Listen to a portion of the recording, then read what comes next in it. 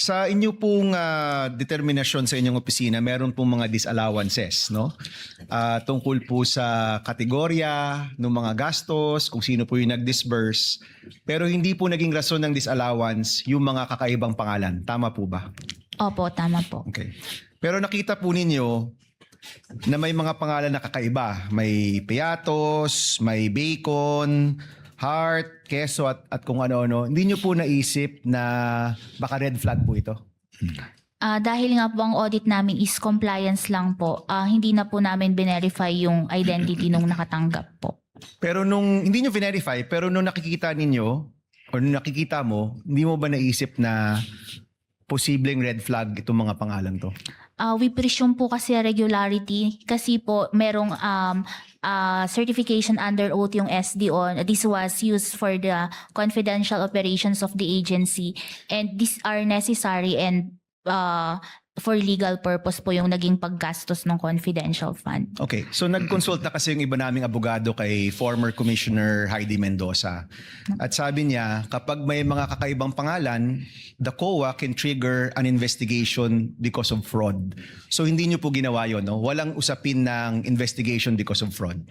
Yung sa fraud audit po kasi pinag-aaral yung possibility po pinag-aaralan pa kasi kung magfo-fraud audit po, this is the first time and yung documents po, yung transactions involving the OBP and DepEd po contains voluminous documents na with sensitive information na pag naibigay po sa ibang opisina, baka po magiging exposed siya. Okay, so ulitin ko so hindi kayo nag-trigger ng investigation of fraud or nag-trigger kayo?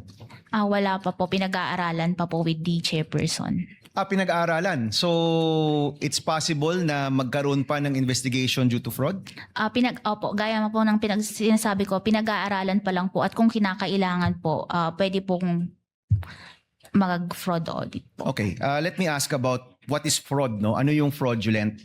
Yung paggamit ba ng alias ay fraudulent? Ito ba'y bawal or illegal? Doon po sa joint circular, silent po kasi ang joint circular as to the use of alias po. Pero ang binabantayan po dito is dapat naibigay po ito sa totoong tao at nagamit sa tamang confidential expenses. So thank po. you for that. So kung nagamit to sa talagang nakalagay doon, hindi ito fraudulent.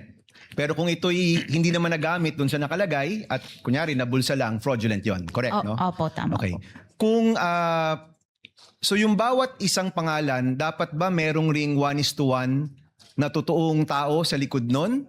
Or pwede kunyari may alokasyon ng 10 million tapos hinati-hati sa tagti 300,000 pero isang tao lang talaga yon. Yun po ba fraudulent? Ang kwan ko po dun is isang tao lang yung nakatanggap based dun sa acknowledgement receipt po na yun. Okay. So sa inyo pong professional opinion, kailangan po yung bawat AR ay may katumbas na totoong tao kung yun man ang kanyang pangalan o meron siyang meron siyang totoong pangalan. At yung nakalagay doon sa report na activity, yun dapat talaga yung nagawa. Tama po ba? Opo, tama po. Okay.